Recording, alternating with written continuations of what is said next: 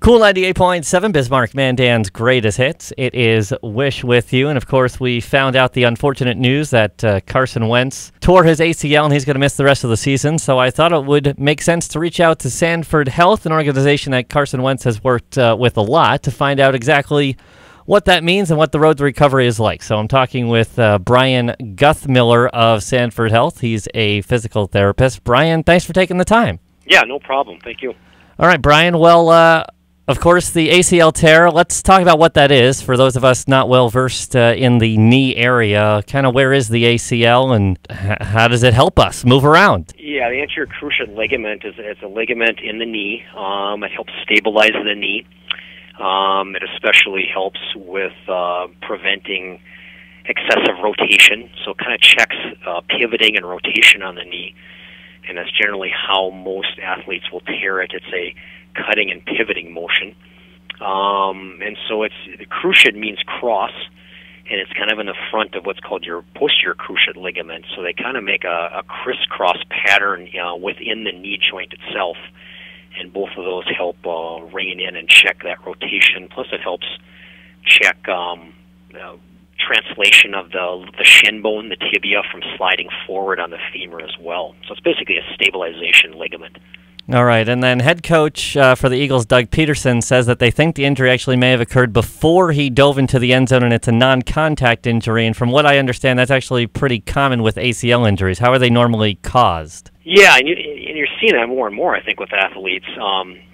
Guys like Teddy Bridgewater for the Vikings as well was a non-contact. Usually with ACLs, it will take a planting motion. Your foot is fixed on a surface, and you go to pivot or turn, and if there's enough force, that ACL will rupture, will tear. It can happen other ways as well, but most often than not, and not specifically necessary to Carson's case, but you can see some non-planting type of ACL tears, but it is a rarity, so it would somewhat make sense. Not familiar with his case particularly, but it would make sense that he may have torn it before he dove into the end zone. So, well, let's talk about the road to recovery and how long it's going to take. Obviously, Carson Wentz will undergo surgery. What's kind of the next step immediately after surgery? Well, immediately after surgery, it's a lot about swelling control, and it's about restoring range of motion. Trying to especially get that knee as straight as possible, what we call knee extension. So that will be focused on. It will be attempting to try to get his strength back as quickly as they can, especially the quadriceps, which are the main four muscles in the front of the thigh.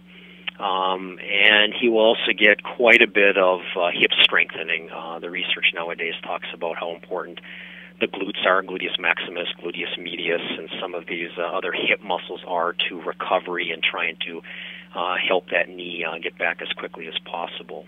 So that's early on. It's mostly about motion and swelling control, and then trying to get those quadriceps muscles to return as quickly as you can, and trying to get some ability to weight bear on it. He'll be weight bearing probably as tolerated right away, and on some assisted device for a while, and probably braced for a little while.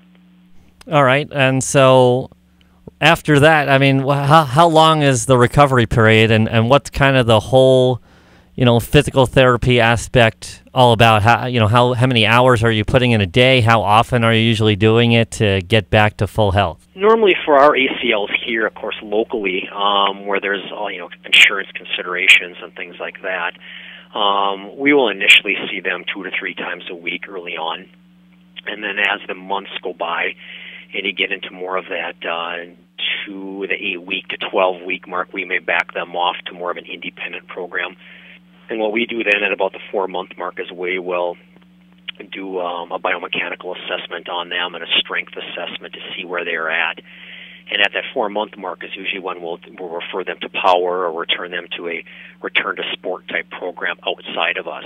And then as physical therapists, we will see them generally once or twice a month after that until we do that final testing. Professional athletes, obviously, insurance is not a consideration. He'll be getting therapy probably multiple times per day. It's just a little different animal with them, and overall time frames, it used to be, I've been here 22 years, it used to be around 6 months is when we would get people back. The latest research is telling us we should wait longer, more around that 9-month mark to ideally 1 year.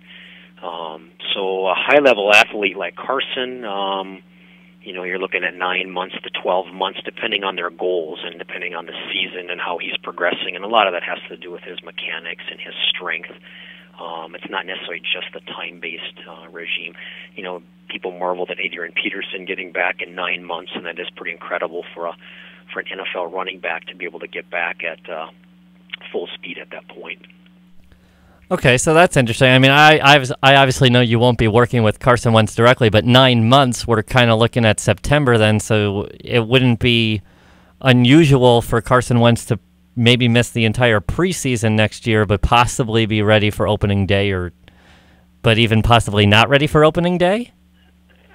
It is possible. Again, yeah, it'll all depend on his rehab, how quickly he recovers. Again, you're looking at a highly trained, highly tuned professional athlete who will get the latest and the greatest technological and TLC early on, and then get personal training and physical therapy on a daily basis. So again, he's going to be more so than your recreational skier that just wants to get back to maybe skiing, or the person that just wants to get back to rec basketball locally. He's got a little bit of an advantage just because of his athletic ability and his strength going in. So, again, that'll be up to his rehab specialists and then up to the physicians and deciding when he comes back. But it certainly wouldn't be out of the realm of possibility for him to be back by the beginning of next season if, the surgery would say be done within the next few weeks, which is probably likely. All right. Well, Brian Guthmiller, a physical therapist for Sanford Health, thank you so much for shedding some light on ACL tears. And obviously we all hope for a quick recovery for Carson Wentz. And Brian, again, thanks so much for the time and the information. We appreciate it. Yes, no problem. Thank you very much.